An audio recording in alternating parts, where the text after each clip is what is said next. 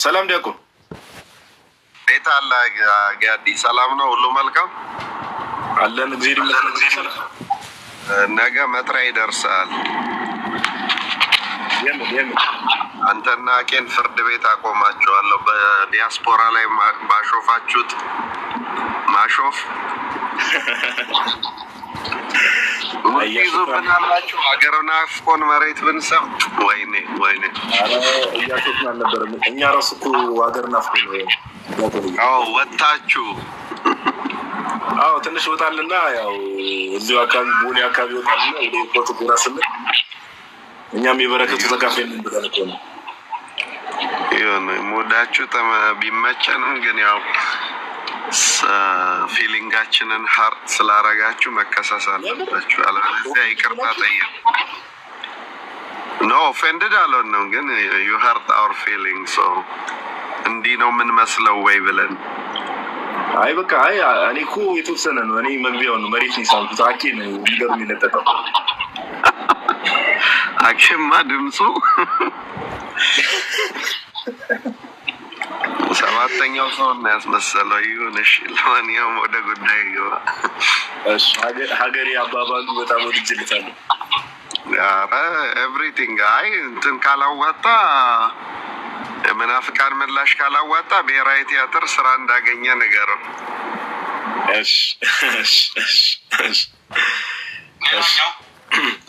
አሁን ጋይስ እንትን ብለዋል። ኦልሬዲ ስላወረድልኝ በደንብ ሰሙት። ኦኬ ትናንት ቅድም እንዳልኳችሁ ቀለሜ ይመስለኛል ጠዋት ነው ሼር የተደረግኩት እና ሌሊቱ ሙሉ ሲረግጠኝ ነው ያደረው መሰለኝ። አንድ ወንድሜን የላከልኝና 20 ምናምን ደቂቃ ሪከርድ አድርጎ ነገር እና እስቲ ስሙት። ይሄ ምንድን ነው ከምን የተነሳ ነው ከተባለ ትናንተኛ ላይቭ ገብተን ቀን እኔ ቤት ከፍቼ አይደለ ላይክ እንደዚህ አይነት መጽሐፍት ላይ እንደዚህ አይነት ነገሮች ቢገኙ ከምን አንጻር ነው የምንረዳው ብለን ከዛ ባለፈ መጽሐፍ ቅዱስም ላይ እንደዚህ አይነት ነገሮች አሉ። መጽሐፍ ቅዱስ ላይ የሆነ ነገር እንደዚህ አይነት ነገር ሲጻፍ መረዳታችንን ኦኬ እንዲህ ቢሆን ነው እያልን እያስተካከል፣ ነገር ግን ደግሞ ገድላትና ድርሳናት ላይ እንደዚህ አይነት ነገር ሲገኙ በዚህ መንገድ መሆን አለበት እያሉ መፍታት በራስ አረዳድ መፍታት ልክ አይደለም። ዋናው ፖይንት ፕሩቭ ማድረግ የሚፈለግኩት ትናንት ነው። ኦኬ እና እስቲ የተወሰነ ስሙት። ያው መሀል ላይ የኔንም ድምጽ ያስገባል ብቻ የተወሰነ ላሰማችሁ። በአፉ ላይ ያደረገ ማለት መሳም ነው እንዴ? አብዷል ብለህ ታምናለህ ወይ ብዬ ነው የጠየቁት። ወይ ነው ባይኖርቱንም በእጁ ላይ አድርጎ ተጋደመበት ይላል አይደል? በዛ ትክክል ሆኖ ተኛ እንደማለት ነው። ሌው ላይ ተኛበት እንደማለት ነው። እሱን ያንተን ትርጉም ሳይሆን አፉንም አፉ ላይ ያደረገ ይላል አይደል? ትናንትና እኔ ዮኒ ቤት ሲጨፈጨፉ ኮተታቸው ሲራገፍ ሲመታ ቤት ከፈቱና ምን አሉ? አፉን በአፉ አድርጓል፣ አይኑንም በአይኑ አድርጓል። ነብዩ ኤልያስ እና ነብዩ ኤልያስ ሬሳ ነብዩ ኤልሳ መሆኑንም አላወቀም። ነብዩ ኤልያስ እያለ ነው የሚያወራው። ቀለሚን ስንት ነገር ላይ እንደምናስተካክለው አላውቅም። ወይ ነው ይሄ ሰው የሚሟገተው። ሌላኛው የዘመናችን ጉዶች የታክሲ ተራ ልጆች እንዳላቸው ቀስ እሺ አሁን እዚህ ጋር የሚለውን ነገር እንግዲህ አገልጋይ ነው ጋይስ ስሙት። አሁን እንግዲህ የዘመናችን ጉዶች የታክሲ ተራ ልጆች። አሁን እኮ ጋይስ ሰው ከታክሲ ተራ መጣ ከባቡር ተራ መጣ ይዳዝም ማተር እሱ አይደለም ይሹ። አሁን በዚህ ደረጃ ኦኬ በዚህ ደረጃ ለምንድን ነው ያንጨረጨረው? ለምንድን ነው መጮህ የፈለገው ከተባለ እዛ ማነው ዮኒ ማኛ ጋር ገብተው እንዳልኳቸው ወንጌልም አልሰበኩ ምንም አላሉ። ገድል ነው ሲያነቡ የነበረው ሙሉ ሰዓት ላይ እዛ ሲያነሱ የነበረው ሀሳብ እኛ ቤት ከፍተን ሀሳቡን በዜሮ ስላባዛንባቸው ለምን መረዳታቸውን ኦርቶዶክሳዊ መረዳት እንዲህ ነው እያል ከዚህ በፊትም ብዙ ጊዜ ተብሏል። በእርግጥ ትናንትም ደግሞ በጥሩ መልኩ ኢቨን ፕሮቴስታንቶችን እያስገባን የሆነ ነገር ስለተጻፈ ብቻ እንደዛ ማለት ነው አይደለም ብለን ኮንፌስ እያደረጉ ነበር። እንግዲህ እረኛው ኤርሚያስ ነኝ እግዚአብሔር የላከኝ እረኛ ነኝ የሚለው ወገናችን ደግሞ እንግዲህ የታክሲ ተራ ልጆች እያለ እየጠራን ነው። እኛ ከታክሲ ተራ ምንምጣ ይዳዝም ማተር ከየትም ብንመጣ እኛ ጣጣ የለው። ከታክሲ ተራ መተን ግን እድሜ ልክ እንግዲህ አገልጋይ ነኝ የሚሉ ሰዎችን እውቀት እንዲህ አድርገን ነው አጥበን የምናሰጣቸው። ሁሉ ምን አለ ነብዩ ኤልሳ ከንፈር ስሞ የለ ወይ?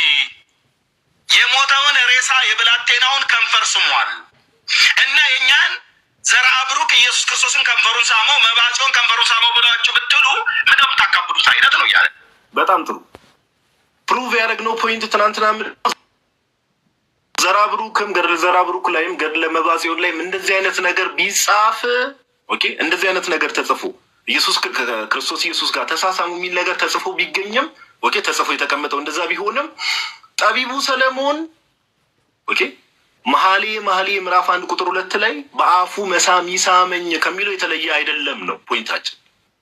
ምንም የተለየ ነገር አይደለም። ኦኬ ፍጻሜው የጠቢቡ ሰለሞን እንዳልኳችሁ ለክርስቶስ ኢየሱስና ለቤተክርስቲያን ለሙሽራና ለሙሽራይቱ ቢሆንም ትናንትና አይደለም ማብራሪያም እኮ ወጥተን አሳይተናቸዋል አይደል?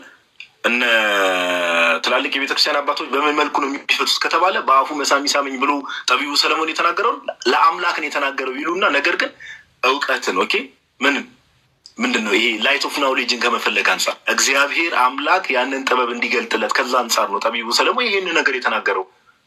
ይሄ መጽሐፍ ቅዱስ ላይ አለ። የኤልሳ ታሪክ መጽሐፍ ቅዱስ ላይ አለ። ኤልሳ በዛ ሕፃን ላይ እንደዛ ሁለተኛ ነገሥት ምዕራፍ 4 ላይ ያለው ታሪክ አለ። ምንድን ነው አሁን እኛ እያነጻጸረ ኤልሳ እንዲህ ስላደረገ እኛ ጋር እንዲህ ቢደረጉ ሳይሆን መረዳታችንን እናስተካክለን።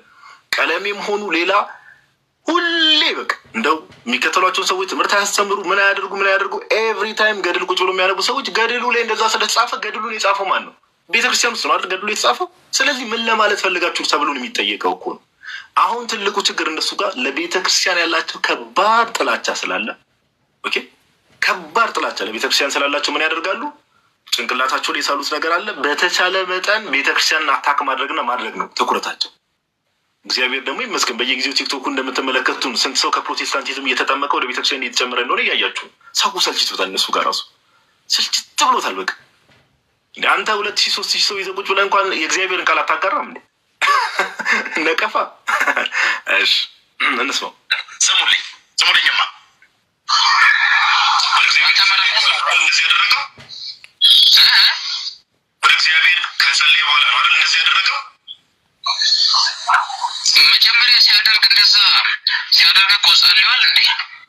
ወደ እግዚአብሔር ጸልያለና ወደ እግዚአብሔር ከጸለየ በኋላ ቁጥር አይተህ ከሆነ 33 ላይ ገብቶ በሩን ዘጋ። በሩን ከሁለቱ በኋላ ዘጋ። ወደ እግዚአብሔርም ጸለየ ይላል። ወደ እግዚአብሔር ከጸለየ በኋላ ሕፃኑ ላይ አፉን አደረገበት ይላል አይደል? ነበበ ልክ ነው። እሺ ልክ ነው። አፉን ያደረገ ማለት አፉን ሳመው ማለት ነው አይደል? አያችሁት? ነብዩ ኤልያስ ነብዩ ኤልሳ በዛች በሞተው በሱናማይቷ ልጅ ሬሳ ላይ እጁን በእጁ አፉን ባፉ አይኑን በአይኑ ላይ አድርጎ ወደ እግዚአብሔር ጸልዮ ይህ ታላቅ ነብይ ወደ እግዚአብሔር ጸልዮ የሬሳ ከንፈር ሳመ ይላል። ይኸውልህ እሱን ራሱ እስቲ ራሱ ሄዶ የሬሳ ከንፈር ስሞ ቢያሳየን። ካርናል ማይንድ የሚባለው ይሄ ነው። በቃ ይሄ ስጋዊ ስትሆኑ ሁሌ ጭንቅላታችሁ እንደዚህ ነው የሚሆኑ። አሁን ነብዩ ኤልሳን ያናናቅን በፍጹም እግዚአብሔር ያከበረው ነው። እንደውም እንደኛ ኦርቶዶክሳውያን የሚያከብርም የለም። ኦኬ ይሄ ፖይንት የተነሳበት ዋናው ምክንያት ምንድን ነው ከተባለ ነብዩ ኤልሳ እንደዛ አድርጓል። ስለዚህ ያንን ቃል በቃል ካርናል ማይንድ ይዘን እንደ ነብዩ ኤልሳ ሕፃን ልጅ እንደዛ አድርጎ ሳመ እላዩ ላይ የተኛበት እንበል ወይ እኛ ባለንበት በ21ኛ ክፍለ ዘመን ማይንድ ሴት ነው።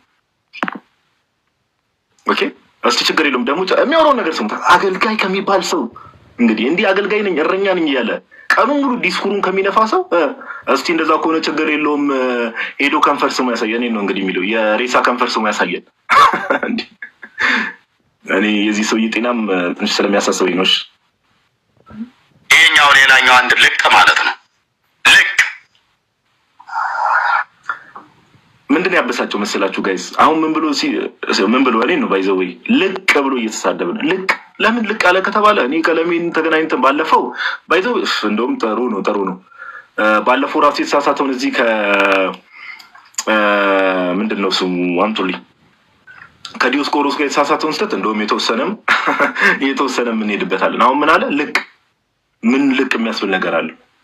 ምንም ልቅ የሚያስብል ነገር የለም። መጽሐፍ ቅዱስን እንደዚህ አይነት ሀሳብ አለ። ስለዚህ መረዳታችን እናስተካክል የተባለ ያበሳጨው ምንድን ነው? እዛ ዮኒ ማኛ ቤት ገብቶ ስንት ሰዓት ሙሉ ሲበጠረቅ የነበረውን ነገር እዚህ ጋር ድባቅ ሲመታበት ልቅ ብሎ መሳደብ ጀመር። ወኪኛ ክርስቲያኖች ግን የሚሰድቧችሁ መርቁ።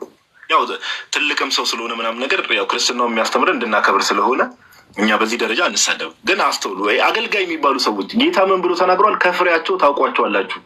ከፍሬያቸው ይሄ በተአምር እንኳን እረኛ አይደለም ምንም ሊሆን አይችልም።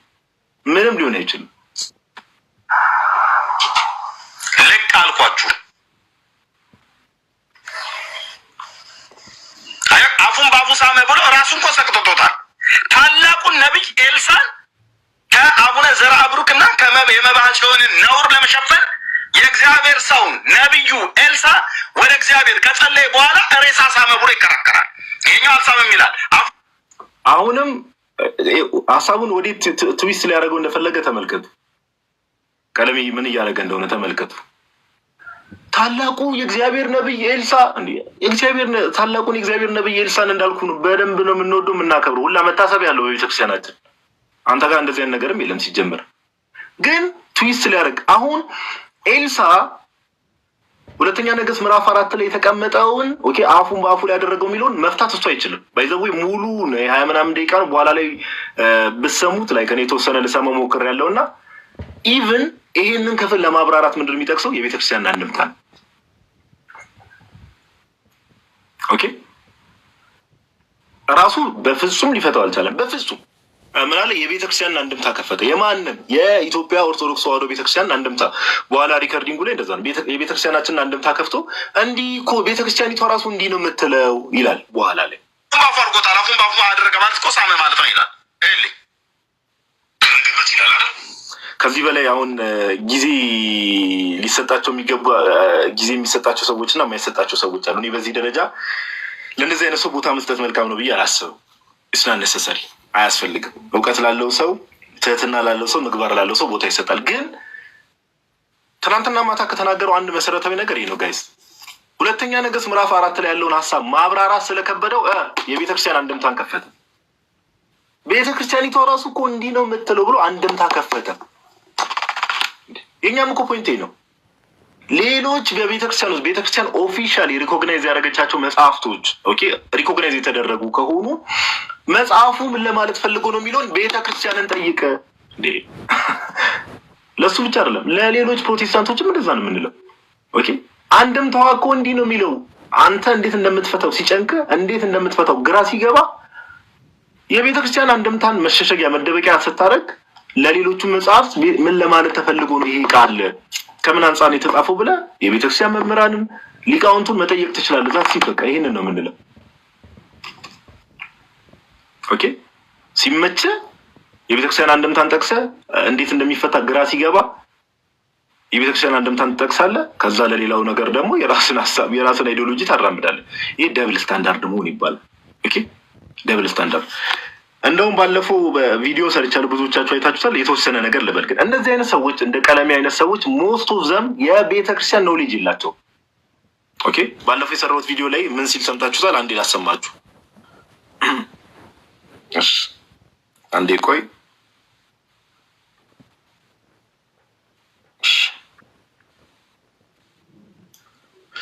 አንዴ ላሰማችሁ። ዲዮስቆሮስ 1054 እያለኛ እኮ አንዳንድ ነገሮችን ያው ቪዲዮ እየሰራን አይተን እንዳላየን እያለፍን ነው እንጂ እንደዚህ አይነት ስህተቶችና አለማወቅ ሌሊቱን ሙሉ ላይቭ ያስገባሉ። ሌሊቱን ሙሉ ላይቭ ያስገባሉ። ባይዘው ሌሊቱን ሙሉ ላይቭ ያስገባሉ። ዊዛውት ይሄ ምንም። አንዴ ላሰማችሁ።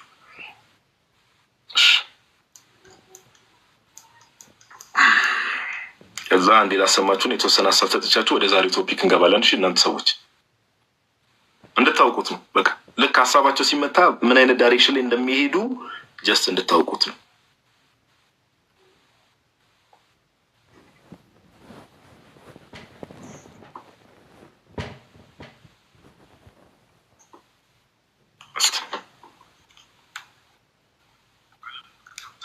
ለመደብር እናስተምረው። አካውንታችንም ትንሽ ስለተመታብን ደግሞ ኮፒ ሊንክ ሪፖስት አድርጎ እሱንም ደግሞ እዚህ ቪዲዮ ላይ ሜንሽን እንድታደርጉ ትፈልጋለሁ። እስቲ የሚለውን ነገር ሰምተን እንመለስ። የእናንተ ሉተር ነው የመሰረተው ማለት ይቻላል። የእናንተም በዲዮስቆሮስ ነው የተመሰረተው በ1054 ላይ አለ። ከተናገረው ነገር 3 ሰምታችሁታል ጋይስ፣ ሰምታችሁታል። ምንድን ነው ያለው? የእናንተን እንግዲህ አንድ ኦርቶዶክሳዊ አባት ሊሆኑ ይችላሉ፣ አላውቅም፣ መምህር ሊሆኑ ይችላሉ። ገብተው እያወሩት የእናንተን የእኛ ሉተር ብቻ መስርቶታል ማለት አይደለም። የእናንተንም ዲዮስቆሮስ በ1054 የመሰረተው ጋይስ አሁን ምንም በልሽ አሁን እኮ እኔ በጣም ግራ የሚገባኝ ሁሌ ይሄ ሰውዬ ወይም ደግሞ ይሄ ግለሰብ ቤቱን ከፍቶ ምንድን ነው የሚለው? ዲያቆን ነበርኩ፣ ኦርቶዶክስ ቤተክርስቲያንን ከላይ እስከታች ነው ማውቃት፣ ከኔ በላይ ቤተክርስቲያኒቷን የሚያውቃት የለም፣ የኦርቶዶክስ ቤተክርስቲያንን እንደኔ የሚያውቃት የለም እያለ 24 ሰዓት ዲስኩሩን የሚነፋ ሰው ጋይዝ ዲዮስቆሮስ 10:54 ላይ እሺ ምንም በላውን ወላዲት አምላክን ነው የምላችሁ። ምንም በል እንደው ይህ እኮ ያስለቅሳልም ጌታ በሚያውቅ ምንም እኮ ነፃ የሆነ ሰው እንደሆነ ነው የሚያስታውቁ። ነፃ እንዴ ዲዮስቆሮስ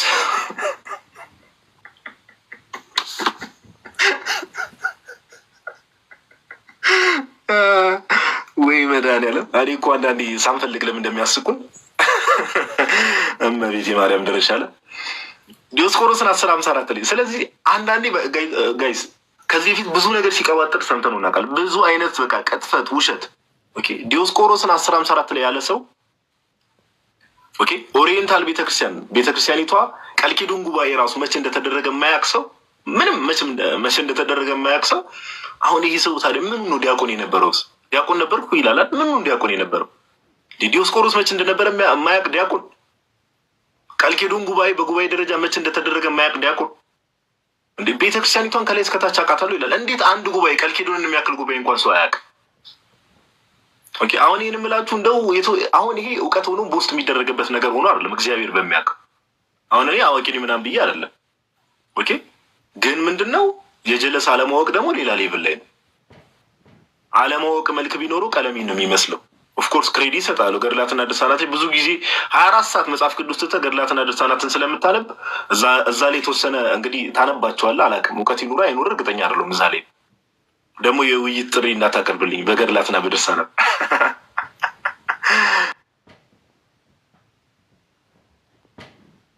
እና 10:54 ኢስተርን ኦርቶዶክሶች እና ካቶሊኮች የተለያዩበትን ጊዜ ዲዮስቆሮስን እዛ ወስዶ ኢትዮጵያ ቤተክርስቲያን ያኔ የተመሰረተችው እንዴ ኢትዮጵያ ቤተክርስቲያን 10:54 ላይ መውሰድ ራሱ ጋይስ ምን አይነት እንደው እና እንደዚህ አይነት ግለሰቦች ናቸው። ማወቅ ያለባችሁ ምንድን ነው? ኦኬ እንደዚህ አይነት ግለሰቦች ናቸው ቸርችን ቁጭ ብለው የሚሳደቡት። ዲያቆን ነበር በእርግጠኝነቱ የምነግራችሁ 98-99% ከኢትዮጵያ ቤተክርስቲያን ይወጡ ኦኬ ዲያቆን ነበር እንዲህ ነበር ተገልጦልን ነው በርቶልን ነው የሚሉትን ብትጠይቋቸው 98-99% ነፃ ናቸው ብዙዎቹ።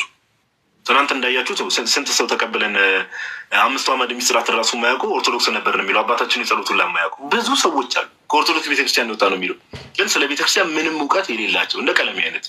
አሁን የሰውዬ እንግዲህ እንደ አምላክ ነው የሚታየው በሱ ተከታዩ ዘንድ እንደምታውቁት። ኦኬ ግን እውቀቱ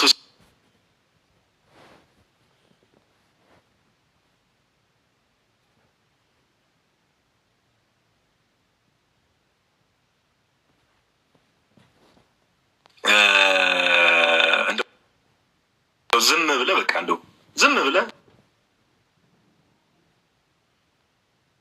ያለ እውቀት ቤተክርስቲያን ሁሌ እየተቻት ባትኖር እንደው በቃ ትልቅ ሰውም ነህ እና እንደው በቃ እድሜያችንን ለመምሰል ብንሞክር መልካም ነው። ኦኬ እድሜያችንን ለመምሰል ብንሞክር መልካም ነው እና ጌታ ለአንተ ማስተዋልና ልቦና ይስጥህ፣ ጥበብን ይግለጥልህ። ደግሞ እንዲህ ዲዮስቆሮስ 10:54 እያልክ ትምህርቱን ከምታቦካው ቃል ኪዳን ጉባኤን 10:54 ላይ ወስደህ ከምታቦካው ጥበብን ደግሞ መድኃኒዓለም ይግለጥልህ።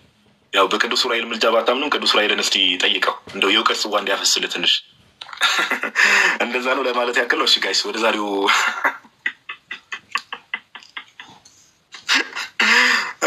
የእንትና ቻቺ አንቺ ተመልከሽ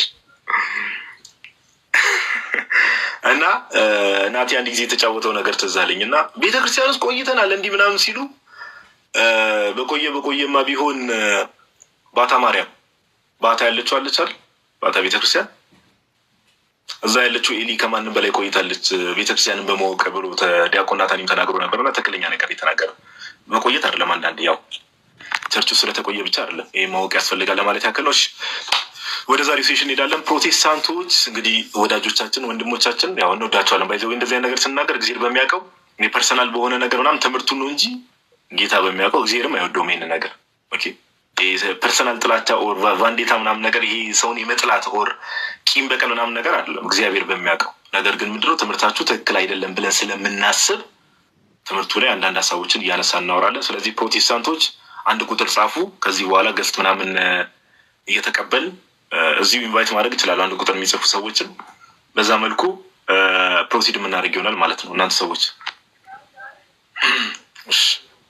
ወደ ዛሬው ሴሽን እንሄዳለን። አንድ ቁጥር መጻፍ ትችላላችሁ ፕሮቴስታንቶች። ተረት ተረት እያልክ የምትጽፈውም ሰው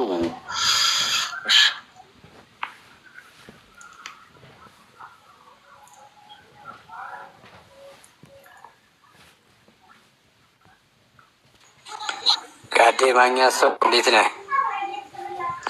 አለን አምላክ ይመስገን። እግዚአብሔር ይመስገን ሁሉ ሰላም ነው አለን እግዚአብሔር ይመስገን። ከየት ቤተ እምነት ነህ? እኔ ፕሮቴስታንቲዝም። ከየትኛው ዲኖሚኔሽን? ፕሮቴስታንቲዝም እሱ ነው። የትኛው ዲኖሚኔሽን? አንቀጸ ብርሃን። አንቀጸ ብርሃን ነው ያልከኝ? አንቀጸ ብርሃን ጸሎቱን ነው ወይስ? ዲኖሚኔሽን አልጠይቀኝም። ኦኬ አንቀጸ ብርሃን የሚባል አለ? እኔ አላውቀውም። ጌታ በሚያውቅ አላውቀውም። ኦኬ ጥሩሽ። አንቀጸ ብርሃን እሺ። ፕሮፋይልን እያየሁት ነበርና ደሱ እንደው ወደ ሀሳብ ከመግባታችን በፊት አትደንግጡ ቤዛችን ኢየሱስ ነው ይላል አይደል? የስ ሃሌሉያ። አትደንግጡ የሚለው ቃል ለምን እንደሆነ ባላውቅም ምስሉ ከየት የመጣ ነው? ወደሱ የትኛው ምስል? ፕሮፋይል ላይ ያለው ይሄ ኖርማል የጂሰስን ፊልም የሰራው ሰው የእሱ ሳምፕል ነው። ክርስቶስን ይወክላል እሱ? አይወክልም። ያው ፊልም ቤዛችን ብለህ ሰውየውን እንዴት አስቀመጥከው? ቤዛችን ቤት አለ። ቤዛችን ያልኩት አትደንግጡ ቤዛችን ኢየሱስ ነው ብለህ ከእሱ አጠገብ የሰውየውን ፎቶ አስቀመጥክና ምክንያቱም እንደዚህ ያሉ ነገሮች ምን ያደርጋሉ እንትን ለማስተማሪያ ሊሆኑ ይችላሉ። ለምሳሌ ጂሰስን ፊልሙን ስናይ ቅዱስ ላይ እንደዚህ የሚል ነገር አለ ወይ? ስማኝ፣ ፊልሙን ለምሳሌ ስትመለሱ ወይ ስማኝ፣ እኔ ስለ ፊልሙ አይደለም። እኔ ስለ ፊልሙ አገባኝ። ፊልሙ እኮ ሆሊውድ ውስጥ ነው የተሰራው። ስለ ፊልሙ አይደለም ያወራሁት እኮ ሆሊውድ ነው እያወራ ያለው። ይሄን እኮ አንድ ፊልም አትደንግጡ ቤዛችን ኢየሱስ ነው ብለህ ምስል አስቀምጣል። በመጽሐፍ ቅዱስ ደግፍልኝ። ኬት አመጣው? አዲስ ኪዳን ላይ ይሄ መጽሐፍ ቅዱሳዊ አይደለም እያልኩ ነው። ለምሳሌ ጌታ ኢየሱስ መጽሐፍ ቅዱስ ያልሆነ ነገር ነው ፕሮፋይል ያረከው። ይሄ መጽሐፍ ቅዱሳዊ አይደለም። ታዲያ ለምን አረከው? ኢሜጅ መጽሐፍ ቅዱሳዊ አይደለም።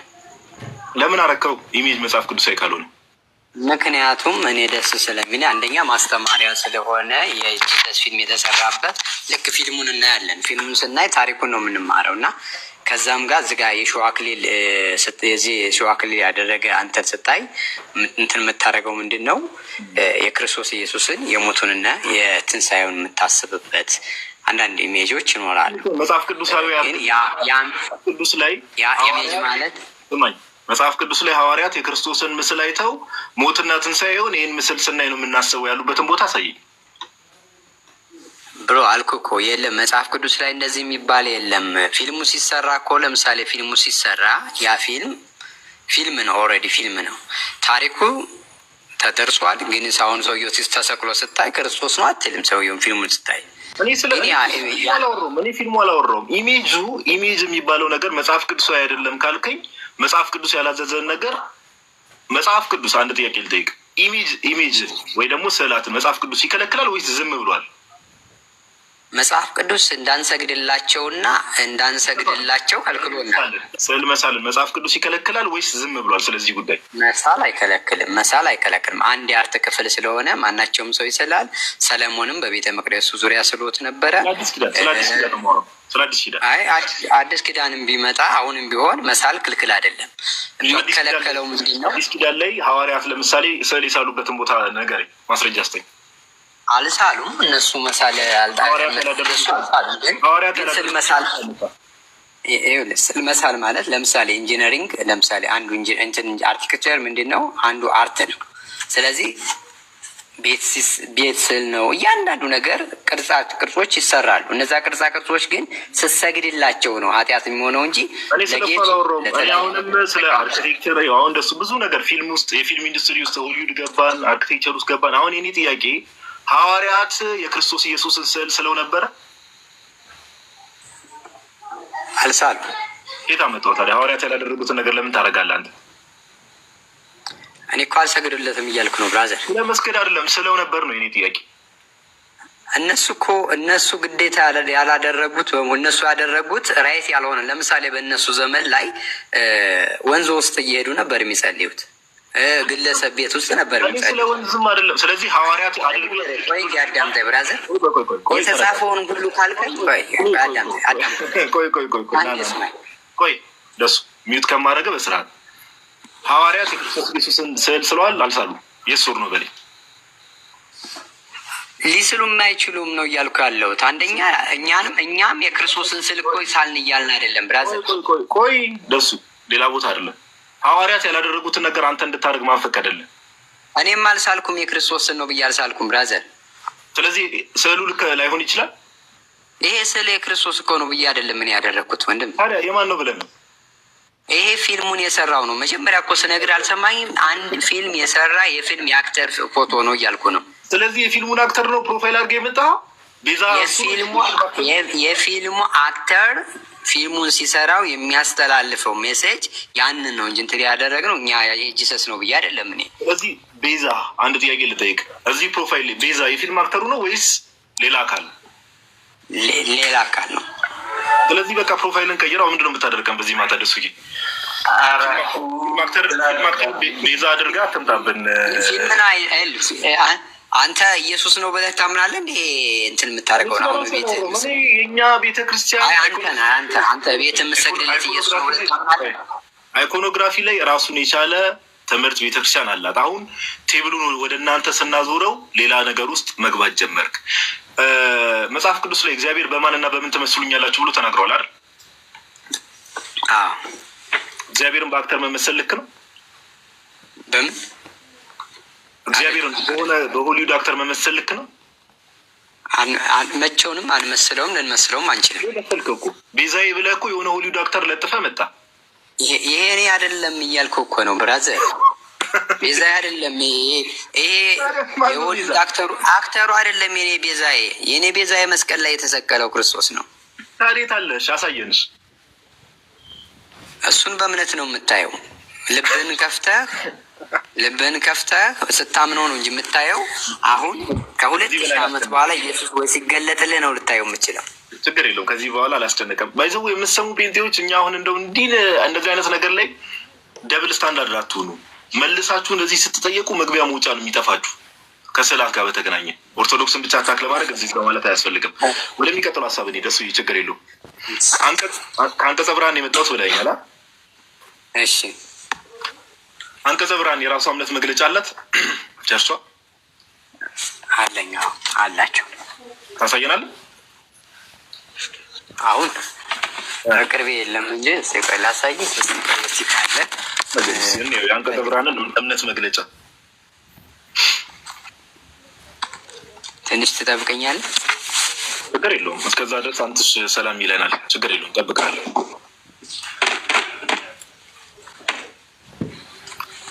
እሺ አንተሽ ጋዲ እንዴት አለ? ሁሉ ሰላም ነው? አክተር ቤዛቸው ያሉ ሰዎች እንደምን አላችሁ? እንደምን አመሻችሁ? ኧረ አልቻልኩም ዛሬ። ትለያለህ ማርያምን።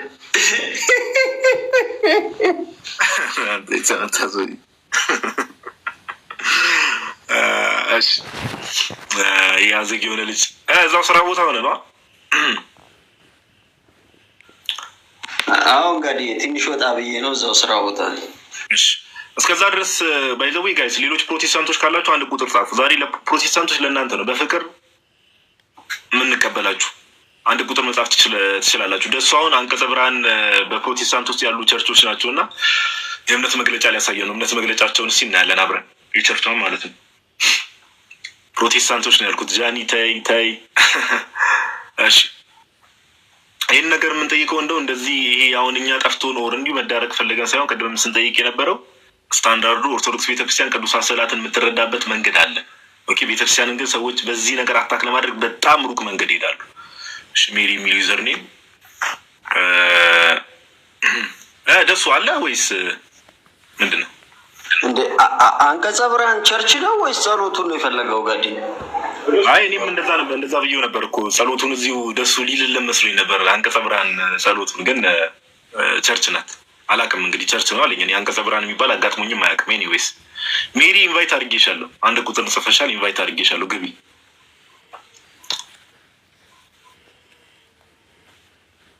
ደሱ አለ አለሁ። የእምነት መግለጫውን ላንብብልህ። አሳየን። ይኸው በትልቁ ላድርግ። ካሜራ ከፍተህ እኮ እሺ እንትን ስለሚሆን አሳየን።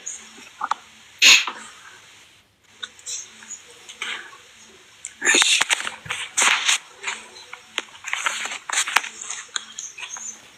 ትንሽ እንትን ጨለማ ነው መሰለኝ እንዴ ደሱ ይኸኛው ደሱ ነው እንዴ? እንደ የድሮ ሰው አውቀህ ነው አይደል? አንተ ሞዴል ባቀማ ኖሮ በፊት አስተናግድ ነበር። እስቲ ከቨሩን አሳየን፣ እኛ መጽሐፉን ቼክ እንድንል። እሺ አይ ከቨሩን አሳየን መጽሐፉን። እኔ እፈልጋለሁ የፕሮቴስታንቶችን የእምነት መግለጫ። እስቲ የቤተ ክርስቲያን አገልግሎትና የአገልጋዮች ትምህርት እኮ ነው የሚሉት። ታዲያ ይሄ እምነት መግለጫ ይላል። ይኸው ትምህርታችንን ላሳይ። እዚሁ እኮ የእምነት መግለጫ እኮ ማለት ትምህርት ነው አይደል? ይኸው ላሳይ፣ ላንብብላ። ምን ይላል መሰለ? አሃዱ ስሉስ አንድ እውነተኛ አምላክና ራሱን በሶስት አካላት በአንድነት የገለጠ አንድ በሶስትነት ለዘላለም ነዋሪ የሆነ እግዚአብሔርን እናምናለን ይላል። ፈጣሪ እግዚአብሔር አብ የዓለም ሁሉ ፈጣሪና ገዢ አምላክ የእግዚአብሔር ልጅ ኢየሱስ ክርስቶስ የስላሴ ሁለተኛ አካል የእግዚአብሔር መንፈስ የአሐዱ ስላሴ አካል የሆነው እግዚአብሔር መንፈስ ቅዱስ ሁል ጊዜ የሚኖር በክርስቶስ ቤተክርስቲያን ውስጥ በኃይልና በጸጋ አገልግሎት የሚገለጥ እግዚአብሔር ነው ይላል። የእግዚአብሔር ቃል መጽሐፍ ቅዱስ በእግዚአብሔር ልዩ መንገድ በመንፈስ ቅዱስ ኃይል ምሪትና ድጋፍ በሰዎች የተጻፈ ነው ይላል። ስድስተኛ ኢየሱስ ክርስቶስ የእግዚአብሔር ልጅ መሲሁ አዳኝ ዳግመኛ የሚመጣ ጌታ ነው ይላል። ከዛ ነፃ ምርጫ የክርስቲያኖች ነፃ ፈቃድ ሁሉም ሰው በእግዚአብሔር ፍቅር ለድነት መመረጥ ያምናል። ንስሐ በጸጸት በኃጢአት መንገድ ስተን በይቅርታ ወደ እግዚአብሔር መመለስ እንደገና ጻድቅ የሚለው ትክክለኛ የመሆን እውነተኛ ባህሪያት ስለ ክርስቶስ ኢየሱስ ሞትና ትንሣኤ ያወራ በእምነት መግለጫው ይናገራል እኮ የእግዚአብሔር ልጅ ኢየሱስ ክርስቶስ የስላሴ ሁለተኛ አካል ይልና ኢየሱስ ክርስቶስ የእግዚአብሔር ልጅ መሲህ አዳኝ ዳግም የሚመጣ ጌታ ነው ብሎ እንትን ያደርጋል። ከዛ ይብራራል ወደ ላይ ክርስቶስ ኢየሱስ በዕለተ ዓርብ ቤዛ መሆኑን ስለኛ መሞቱን አሁን የእኛን እምነት መግለጫ አይተህ ከሆነ አይደለ ከሰማይ እንደወረደ ከድንግል ማርያም ስጋ አለው እኮ ወደ ኋላ ስናነበው አሁን ያልከው የእምነት መግለጫው መግቢያ ላይ ነው አይደለ? እዛ ላይ ግን የክርስቶስ ኢየሱስ መሰቀልና ሞት እንድል አድርጎ መነሳቱ ለምን አልተጠቀሰም? ነው ጥያቄ። በሱ ዙሪያ ሁሉም በውስጥ ስለሚይዘው ነው እንጂ አለ ወደ ውስጥ ዋና ችግር የለውም። ደሱ በዚህ ደረጃ ዲቴል እንትን ልል አልፈልግም። ቸርቿ መቼ የተመሰረተችው? ቸርቹ በጣም የቆየ ቸርች ነው። 18 ምናምን መሰለኝ። በ18 ማለት በኢትዮጵያ ነው? ኧረ ነው በነጮች ምንድን ነው ውጭ ሀገር ላይ ስሙ ቸርቹ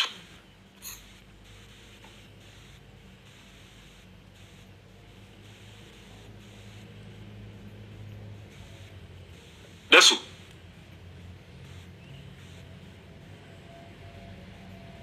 ከእንትላ ጋር ነው መሰለኝ የሚመደብ ከመካኒክስ ጋራ ከእነሱ የወጡ ነው የሚመስለኝ እንጂ እርግጠኛ አይደለም። ብዙ አላውቃቸውም። ወደዛ እንትላቸውን ታሪካቸውን ከመካነ ኢየሱስ ከወጡ ጥምቀት ለድህነት ነው ብላ ታምናለች እርሷ። እነዚህ ሁለቱንም አይከለክሉም። ኦኬ ጥምቀት ለድህነት ሳይሆን እነዚያው ምንድን ነው የሚሉት ብዙም እንትን የጠበቀ እንትን የለም። እሱ ላይ ጥምቀት ለድህነት ነው። ለምሳሌ ኦርቶዶክስ እና አሁን መካነ ኢየሱስ አሉ አይደል? በሕፃንነት ያጠምቃሉ። እዛኛው በሕፃንነት አጥምቅልኝ ካልከው ያጠምቃል። እንደ ሰውየው እንደ አማኙ እንትን ነው፣ ፍላጎት ነው። አይ አላጠምቅም ካለም አታስገድድም። ስለዚህ ችግር የለውም። ያ ኦኬ። ስለዚህ ጥምቀት ኦኬ። ይሄ አሁን ስለ አንቀጸ ብርሃን ነው ጋይስ እያወራን ያለ ነው። ቅዱስ ቁርባን ላይ ያለ ትምህርት ምንድን ነው? ቅዱስ ቁርባን ያው የጌታችን ኢየሱስ ክርስቶስ ራሱን ለመታሰቢያ አድርጎ እንደሰጠው እና እንደገና ደግሞ በዛ ውስጥ እግዚአብሔር በረከትና ሕይወትን እንደሚሰጥ እንደገና ደግሞ እለት እለት እግዚአብሔር ጋር ህብረት የምናደርግበት እንደሆነ ታምናለች። ስለዚህ ቅዱስ ቁርባን ላይ የዘላለም ሕይወት ይሰጣል ብላ ታምናለች ቸርቾ? የዘላለም ሕይወት በቅዱስ ቁርባን ይገኛል ብላ ታምን። ግን ከመካነ ኢየሱስ ነው የወጣችሁ? ኦኬ እሺ ጥሩ። በቃ አንድ ጥያቄ በጣም ብዙ ሰው ገዝተ ላይ እየታየኝ ስለሆነ ደሱዬ አይጠሩ ነው ባይዘው እኔ አሁን ከቨሩንም ስክሪንሻት ስላደረግኩ ይኖራል አዲስ አበባ በጣም አለ።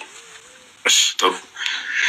ሶስተኛ ደሱዬ አንድ ልጠይቅ የምፈልገው ጥያቄ ጌታችን ኢየሱስ ክርስቶስ ማቴዎስ ወንጌል ምዕራፍ 25 ላይ በቀኝና በግራ በኩል ያሉትን ይከፍላቸዋል አይደል?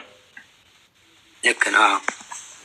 በቀኝና በግራ በኩል ያሉትን ሲከፍል በቀኝ በኩል ያሉትን ያው ኦፍኮርስ አውቀዋለሁ ብዬ አስባለሁ። ምን ብሎንም እንትን የሚላቸው ተርቤ አብልታችሁኛል፣ ተጠምቼ አጠጣችሁኛል፣ ታርዤ አልብሳችሁኛል ይልና በዛ ምክንያት ዓለም ከተፈጠረ ጀምሮ ወደ ተዘጋጀላቸው ወደ እግዚአብሔር መንግስት ይላቸውና በግራ በኩል ያሉትን ደግሞ ስላላደረጋችሁ ወደ ዘላለም እሳት ሂዱ ይላቸዋል አይደል? እነዚህ ሰዎች በስራቸው ነው የተፈረደባቸው። እነዛ ባለማመናቸው ምክንያት ነው። ግን ቃሉ ምን ይላል መሰለ ደሱዬ ማቴዎስ ወንጌል ምዕራፍ 25 እሱ በስራቸው ነው የሚለው እዛ ጋር። ክፍሉ ግን ምንድነው ከማን ጋር የምታያይዘው? የማቴዎስ ወንጌል ምዕራፍ 7 ላይ ቁጥር 15 እና 16 ላይ መልካም ዛፍ መልካምን ፍሬ ያፈራል ይላል፣ ክፉ ዛፍ ክፉ ፍሬ ያፈራል ይላል። እነዚህ ሰዎች ከመልካሙ ዛፍ ከክርስቶስ ጋር ተጣብቀው በነበር መልካም ስራን ይሰሩ ነበር። ለዛም እንደገና ደግሞ በግና ፍየል ተብለው የተለዩት ፍየል ኢንዲኬት የሚያደርገው ክርስቶስ ኢየሱስን ያልተቀበሉትን ነው። በግ የሚለው ደግሞ ኢንዲኬት የሚያደርገው አማኞችን ነው። በጎቼ ብሎ ጌታ ኢየሱስ ክርስቶስ ብዙ ጊዜ የሚጠራቸው አማኞችን ነው። ስለዚህ እነዚህ ሰዎች ያላመነ ሰው ደግሞ ፍሬ አይኖረውም። ስለዚህ አሁን እያልከኝ ያለኸው ለምሳሌ ሙስሊሞች ያላመኑ ናቸው አይደል? ሙስሊሞችን ያላመኑ ሰዎችን ጌታ ተርቤ ያላበላችሁኝ ተጠምቼ ያላጠጣችሁኝ ብሎ ይጠይቃቸዋል።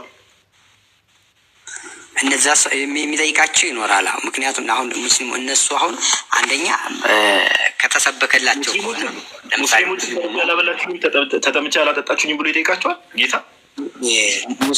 ሙስሊም ከሆኑ ለምሳሌ ምን አለ ለምሳሌ በሮሜ ስትሄድ ለምሳሌ ወንጌል ያልደረሰበት ስፍራ ላይ ወንጌል ሰምተው የማያውቁ ስለ ክርስቶስ ሰምተው የማያውቁ ጫካ ላይ ያሉ ሰዎች ካሉ የነዛ ሰዎች ፍርድ በእግዚአብሔር ዘንድ እንዴት ነው ሊሆን የሚችለው ብለህ ስታስብ እነዛ ሰዎች በአይምሮ ሕግ ነው የሚፈረድባቸው፣ ማለት በልባቸው ባለ ሕግ ማለት ነው። ሮሜ ምዕራፍ 1 ላይ እንደሚናገረው ማለት ነው። በራሳቸው ሕግ ናቸው ነው የሚለው። በሕገ ልቦና የሚለውን ነገር እንስማማለን። ለምሳሌ እኔም አሁን ቤተክርስቲያናት የምታምነው ወንጌል ያልደረሰበት ቦታ ላይ እግዚአብሔር አምላክ እርሱ ባወቀው በሕገ ልቦና ይሄ ህሊና የሚባል አለ አይደል? የህሊና ጀጅመንት በዛ እግዚአብሔር ፍርድን ይሰጣል። አሁን ግን እያልኩ ያለሁት በደንብ ደሱ አንዴ ላንብብልን አሰማው። ይኸው በዚያን ጊዜ በግራው ያሉትን ደግሞ ይላቸዋል፣ እናንተ እርጉማን ኦኬ ለሰይጣንና ለመላእክቱ ወደ ተዘጋጀ ወደ ዘላለም እሳት ከኔ ሂዱ። ተርቤ አላበላችሁኝም፣ ተጠምቼ አላጠጣችሁኝም፣ እንግዳ ሆኜ አልተቀበላችሁም፣ ታርዤ አላለበሳችሁኝም፣ ታምሜ ታስሬም አልጠይቃችሁም። እነርሱም ደግሞ ይመልሱና ጌታ ሆይ ተርበህ ወይስ ተጠምተህ ወይስ እንግዳ ሆነ ወይስ ታርዘህ ወይስ ሳመህ ወይስ ታስረህ መቼ አይተን አላገለገልንም ይሉታል። አሁን አንተ እያልከኝ ያለው ሙስሊሞችን እንደዚህ አይነት ጥያቄ ጠይቃቸውና ሙስሊሞች መልሰው ጌታ ሆይ ይሉታል ነው የምትለኝ?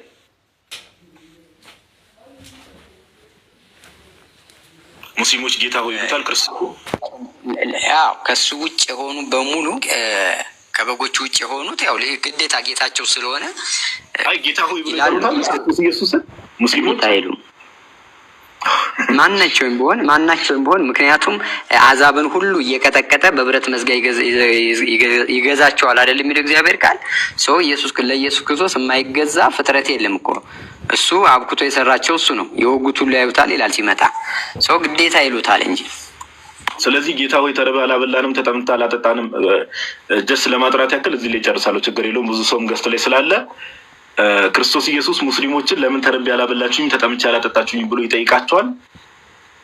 ኦኬ ያላመነ ነው ሙስሊሞችን እዛ ቦታ ላይ ይውላ ሙስሊሞችን ብቻ ሳትሆን አጠቃላይ ያላመነ ሰዎች እኮ እነሱን ጨምሮ በግራ ሙስሊሞችን ማነሳል እኮ እነሱን ጨምሮ የትኛውም ከክርስቶስ ኢየሱስ ውጭ የሆኑት በሙሉ ፍየሎች ናቸው። በግራ ነው ሊሆኑ የሚችሉት። ምክንያቱም ቀኝና ግራ ነው ያለው ሰማይ 3-4 ቦታ በየሃይማኖቱ እግዚአብሔር ግሩፕ ከፍሎ አይፈርድም። ፍርዱ ያለው ቀኝና ግራ ነው። ስለዚህ አማኝ የሆነ በቀኝ ይሆናል።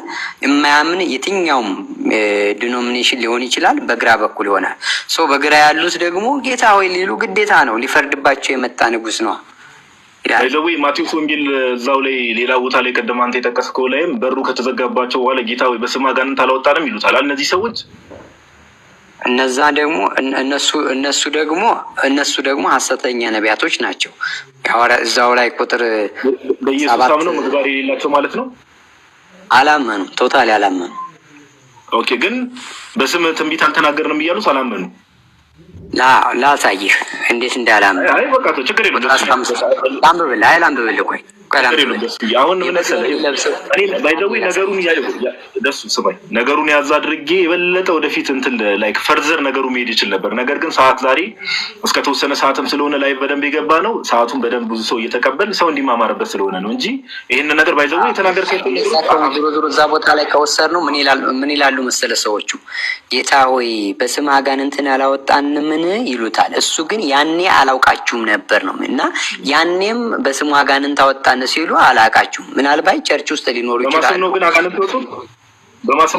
እነሱ እኮ አወጣን አሉ እንጂ ሪል ለማውጣታቸው አምነዋል። ግን በኢየሱስ አምነዋል። ለማውጣታቸው እሱ ጌታ እና ምሳሌ ልስጥ። ለምሳሌ አንድ አገልጋይ ወይ ደግሞ አንድ እንግዲህ የክርስቶስ ኢየሱስ አገልጋይ ነኝ ብሎ አስዩ የሚያደርግ ሰው በስም አጋንንት አላወጣንም ሲል በክርስቶስ ኢየሱስ ስም ብሎ አጋንንትን እያወጣ ነው አይደል? አሁን ቸርች እንደ ቸርች ደሱዬ አሁን ስለ ቸርች አይደለም። አንድ ግለሰብ በክርስቶስ ኢየሱስ ስም ብሎ አጋንንት የሚያወጣ ነው አይደል? በስም አጋንንት አላወጣንም ብሎ የሚናገሩ ሰዎች በክርስቶስ ኢየሱስ ስም አጋንንትን የሚያወጡ ሰዎች ናቸው አይደል? እነዚህ ሰዎች እኮ በክርስቶስ ስም ላያወጡ ይችላሉ፣ በአጋንንትም ሊያስወጡ ይችላሉ። በስም ለምን አላወጣንም? እነዚህ ሰዎች አንደኛ ምስክር ሊሆኑ አይችሉም። ምክንያቱም ጌታ ኢየሱስ ያኔም አላቃችሁም ብሏቸዋል። እነሱ በስም አጋንንት አውጥተናል ሲሉ ያኔም አላቃችሁም አላቸው። አይ ችግር የለውም። ደሱ ጌታ ያለው ያኔ አላውቃችሁም ነው እንጂ በስም አጋንንት አላወጣንም ሲሉት አይ እዚህ ጋር ውሸታችሁን ነው ወርተሳፍታችኋል ብሎ እንትን አላላቸው። ውሸታችሁ ነው ያኔ አላውቃችሁም ማለት እኮ ውሸት ነው፣ ፎልስ ነው። እነሱ እውነት ነው ምናምን እያላቸው አይደለም። ቢሆን ኑሮም አይ እውነት ነው ያኔ ምናምን ሌላቸውን ያጸድቃቸው ነበር። እንዲህ እናደርግ ደሱ ሌላ ጊዜ በሰፊው ነገር ድነት ላይም ላይቭ መግባታችን ስለማይቀርስ ይዘን ሌላ ቀን አሁን አንተ የፈታውን አተረጓጎም ወር አንድምታ ከየት እንዳመጣኸው ቁጭ ብለን መጽሐፍት እየከፈትን ብናየው አይሻልም? ደሱ እንደዛ ይሻላል። ደስ ይላል። ጊዜ ያክብርልን። አመሰግናለሁ። እሺ